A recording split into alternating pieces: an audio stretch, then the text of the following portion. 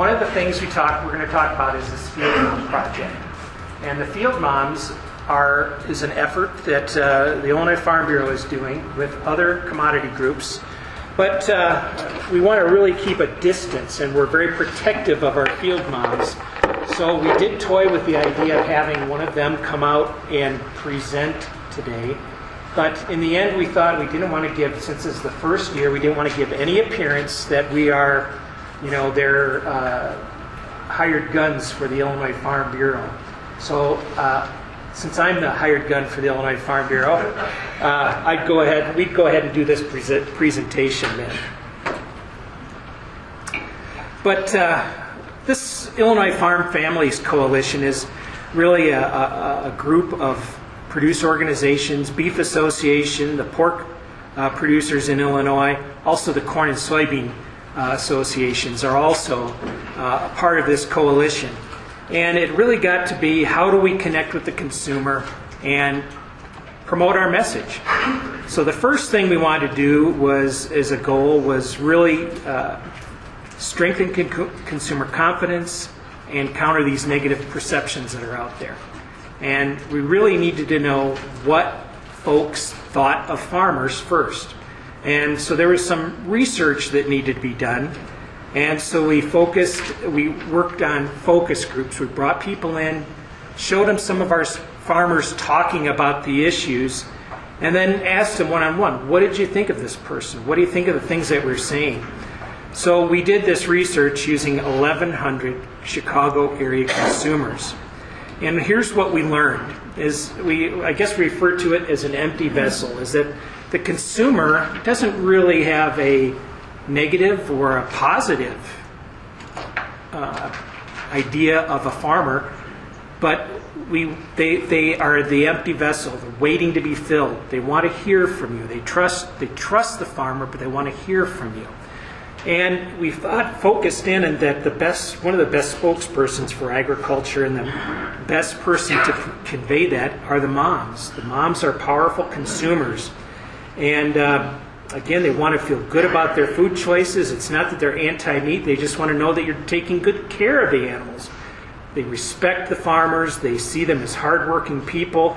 And, since most of the people are many generations removed from the farm, they really don't know what's going on there anymore. I'll give you a couple examples. We have a state legislator.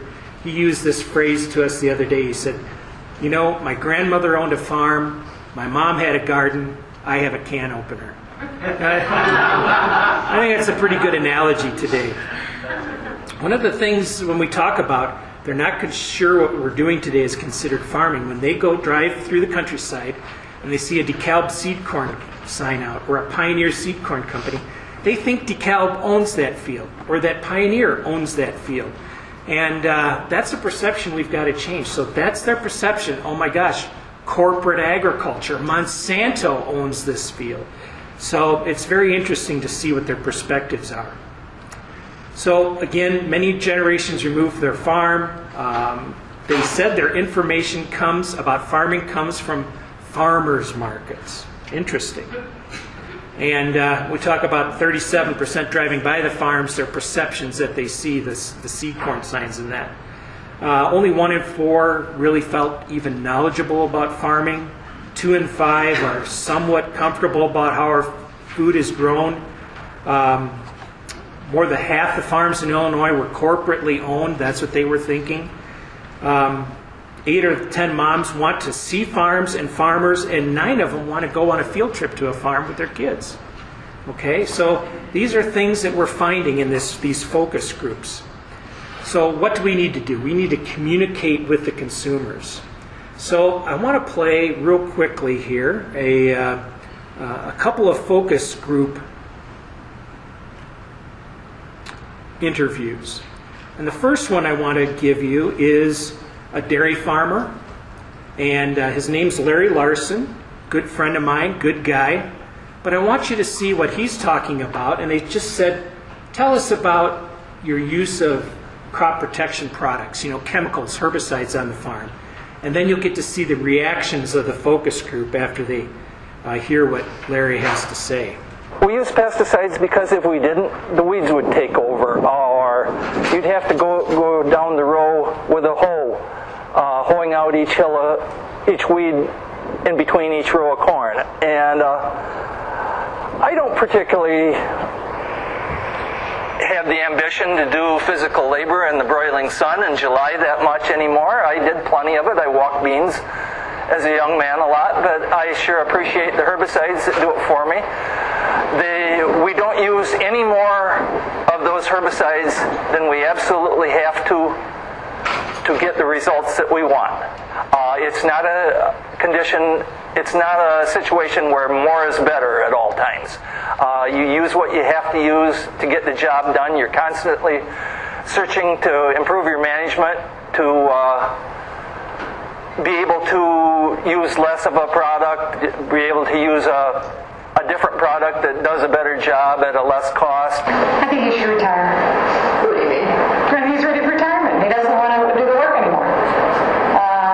And as soon as he lost me at pesticides too. That was like his second word. Right, well, whatever. It was right at the beginning. Right at the beginning, you kind of checked out? Yeah, but it was all. But I also listened to him. I mean, he doesn't want to work. He doesn't want to walk the fields anymore. He did that. Well, hell, I don't care if you don't want to walk the fields. This is your job. I don't care for that at all. That he's talking about he wants to keep the cost down. Well, of course, but to whose benefit? His, ours? We're not getting anything out of it. Pesticides, like I said, are a bad thing. That's what I know about them.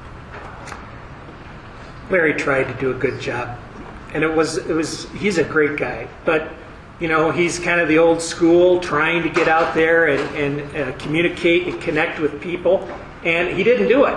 Okay, so we had a little shot of somebody else, and how do you think this person connected with our focus group? Every day is a great day on the farm for me personally. I just enjoy it. It's great to be able to get outside and just work with the cows, or go out and make the hay, being out in the sunshine. Sunshine just lifts your spirits.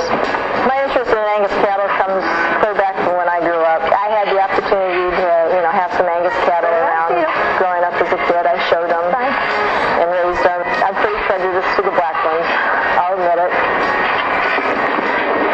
Got 3 kids, Dalton, Caitlin, and Kyle. Dalton's 8, Caitlin's 7, and Kyle's 5. All 3 of them are real interested in the farm. They love to go out and ride, on the tractors and rake hay with us. They enjoy playing out here in the country. Dalton is becoming more like his dad every day. He's kind of the mechanical type, wants to see how everything works and runs so he can help fix and stuff. My primary role pretty much entails the cattle. I make a lot of the decisions as far as breeding decisions. With the hay, my husband's more in charge of that operation, but I go out and I'll help bale, and I do pretty much all the raking. It's already been raked once, so more or less we're going to rake it and just kind of tip it over to get the bottom side of the hay turned up and over so it's on top and can dry a little bit more. Last year, we put up a big hay shed to help increase our storage capacity. Equipment and stuff that we had was getting moved outside, so we decided to put up a hay shed. I think being a good role model is, you've got to set standards, and you've got to uphold to your morals and your values and stuff too. And I think just by even just being in young leaders, if they see me involved, they see me doing stuff, they know I'm chairman of the group. So I think it's setting an example for them, so maybe they can learn to, go on and be leaders themselves in the future. I think she's believable. I like her. I like her because she says, I'm in charge of this part, my husband's in charge of that part. She talks about that. She talks about the animals that she's partial to. And I've been told that the milk is the same, everything's the same, but, we're all partial to one thing or another. Yeah. My primary role is spokesperson. Right off the bat, I don't even need to see. She's just very excited about what she's doing. They're so clear on this video. They show everything. And I'll help bale, and So that's like the top video. It's already been raked once. I think she would be a good candidate. I mean, she seems like a genuine person that she's... So it looks like from the focus group, and these were very typical results in that we had Some very positive responses when people said the right things, and some very negative responses if we maybe used the wrong terminology at a certain point. So these focus groups were very valuable for us to start out so we knew where to go. But from those focus groups, we learned a few things. And so words to use and words to lose. All right. In Illinois Farm Bureau, after seeing this research, we took a look at our Farm Bureau policy, and every time the word producer was used in our policy, we got rid of it. We inserted the word farmer. And that's because people prefer the word farmer. About 10, 15, 20 years ago, let's professionalize agriculture. Let's call us producers. It doesn't ring well with the consumer. They don't want to hear that we have an operation. They want to hear that we have farm, that we have land. We don't produce food. We grow and raise it. We don't have an ag industry. We have a farm community. They don't want us to hear that we are making a profit. We are earning a living. We have, instead of efficiency, it's wise use of time or man hours. Sustainability, get rid of that. Use wise use of land and water. Use best practices, healthy and wholesome food, not affordable and abundant. And I grow the food for my family and for yours. Those are the phrases we need to be using in agriculture today. The consumers want to know that the farmer cares about the world, cares about the safety of the food they're producing, the animals, and the environment. Now, you recognize this guy probably if you've been around NIAA very long, Phil Bradshaw. He's a great spokesperson for agriculture, recently won the Illinois Farm Bureau's Distinguished Service Award, great leader. And, it's good to open our farms up to people so that we have an opportunity to tell our story. So we want to be able to put ourselves in situations where we're just not speaking to people, but we're opening up a dialogue so that they have an opportunity to ask questions, we have an opportunity to answer their questions, and so that they can feel they're making an informed choice on their food and feel comfortable with it. So we're telling our producers, be confident. Don't apologize for what you're doing. Tell them why you use herbicides, why animals are housed the way you do, why you're using gestation stalls. If you're committed to it and you tell them why you're doing it, the consumer will listen. But also, by bringing people to the farm, it gets their opportunity to, be a part of nature, see the growing processes, touch an animal, smell the smells. It makes it personal and creates a connection. So when they're going to buy their groceries in the grocery store, they know a little bit more about what it took to produce that food, and they're making that connection not only just to the grocery store, but to the farmer that grew the food. So now we're in year 2, and this is where we're at today, in year 2. We need to equip the farmers to engage and create these experiences for people. So we did a few things. There's a website that we host called farmersfeedus.org, and it's also on the Illinois Farm Bureau website. You can link through that. Also, another website is watchusgrow.org. And this is where we have a lot of the experiences posted, the information about what we're doing. One of the things, you could sign up for free groceries for a year. That was $5,000 prize. We gave away 2 of those. And the really exciting thing we're doing are these field mom tours. What we did was come out and we wanted to create these experiences, and we wanted to have influential people do these experiences. So what we found was a very influential top of the food chain blogger in the Chicagoland area. We talked to her, and she was able to come up with 100 mommy bloggers. Okay, these are people that write about parenting, nutrition, education, and they all follow each other's websites. So we put it out there and said, this is what we're doing. Would you be interested? And we had 100 people apply. And we chose 10, 12 mommy bloggers. And these were people that were really interested, had no, preconceived ideas of agriculture or farming, and they were the empty vessels that we talked about earlier. And so here's a few of our field moms. There's 9 of them here in this group, and they're all from northeastern Illinois in that Chicagoland area. They're, again, very influential, very active bloggers. And what we did was take them on some tours. We took them on a beef farm and a dairy farm in the Chicagoland area. And then we, just 2 weeks ago, took them on a hog farm. And then this summer, we're going to take them on a corn and soybean operation so they can, see how that also works. So with that, let me switch to another DVD here.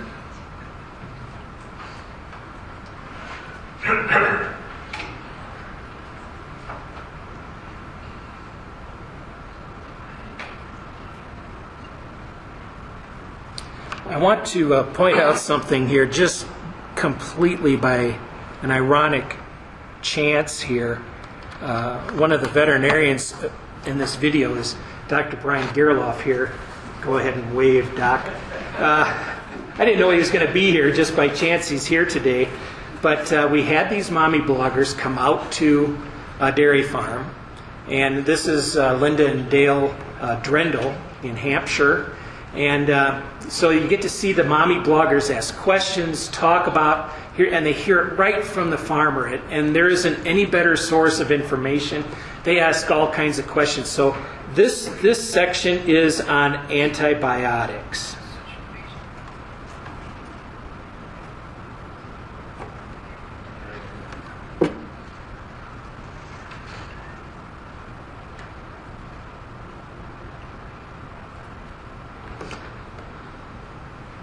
Milk supply for a long enough period so that there aren't antibiotics in it. And so when a drug is approved for cattle, part of the testing process is to determine how quickly that antibiotic is cleared from the milk. And then you have to follow that protocol if you're the producer, and every tank of milk that leaves this farm is tested. Number one, they test the truck before it's unloaded, and if there are antibiotics in, the truck is dumped. Then they save samples from every farm, and they find out which farm it came from, and Dale would have to pay a lot of money. Liable for the truck. Yeah, you're liable for the value of the truck. So there are these tremendous economic incentives to follow the rules. There are no antibiotics in the milk that you drink. It's such a fallacy. Nothing. No antibiotics. It cannot get through into the processing system. We walk those cattle every day. Somebody will be walking them this morning, looking for them. And, the vet said, if they could talk, boy, we could. But you got to look at symptoms. You got to look at the eyes and the nose and what's coming out the back end. So you don't give them antibiotics unless they're sick? Yes. Yep. First place, I don't want to eat meat that's got drugs in it. It's not safe for my family. It's not safe for your family. If that happened, they test at the packing plant all the time, and drugs are out of proper control. So that's Mike Martz at the beef operation, and the other.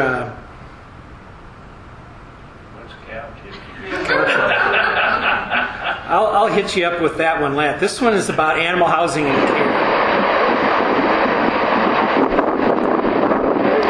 Now, the baby calves are born with no immunity of their own. And so when they're in their mother's womb, of course, they're fine. But as soon as they're born, it's not like the humans who kind of carry it from their mom. So it's really important for us to get that baby as soon as possible. And there's a series of 3 vaccines. It's just like you get your babies vaccinated. And then within those, hopefully, first 2 hours, we get the colostrum, that first mama's milk. They get 4 quarts, which is really, from then on out until they're bigger, they only get 2 quarts. But 4 quarts of colostrum within those first 2 hours is the ideal. And we do our really best to get them where they're going to be nice and warm and dry is really important. And so we actually have a calf warmer in the barn we can show you that we're just starting to use because they come out, as you would imagine, you know, being in that water sack, a little wet. We dip their little umbilical cords with some iodine to make sure, because that's a source of infection coming into their body. So the most part is we feel it's our responsibility to take care of them and to make sure that we feed them the milk in their bottles. They're on bottles, 3 or 4 days, and then we get them onto buckets.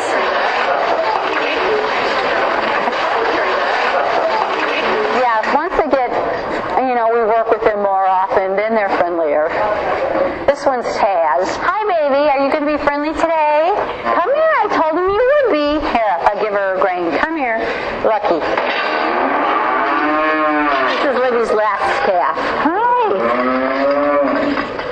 Kitty, what you doing? Hi. You all want to eat, don't you? February 2nd last year, you remember what the weather was back here? You get a storm like that, those cattle will huddle, and then they'll kill them because they suffocate. They just all get together, and then you'll have this big... They suffocate? Yes. They're huddled together. They're huddled together, and the snow blows in. February 2nd, we knew the storm was going to be bad. We prepared for it. 5 of us stayed here. Some of us stayed in the house, some of us stayed in the basement, and at 4:30 we were out pushing snow. Those cattle down there in the buildings never knew anything.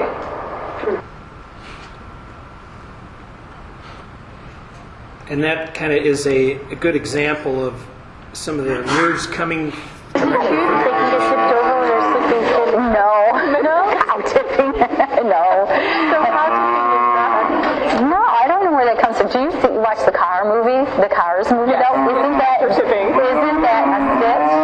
I don't know where it comes from, but number one, they don't sleep standing up.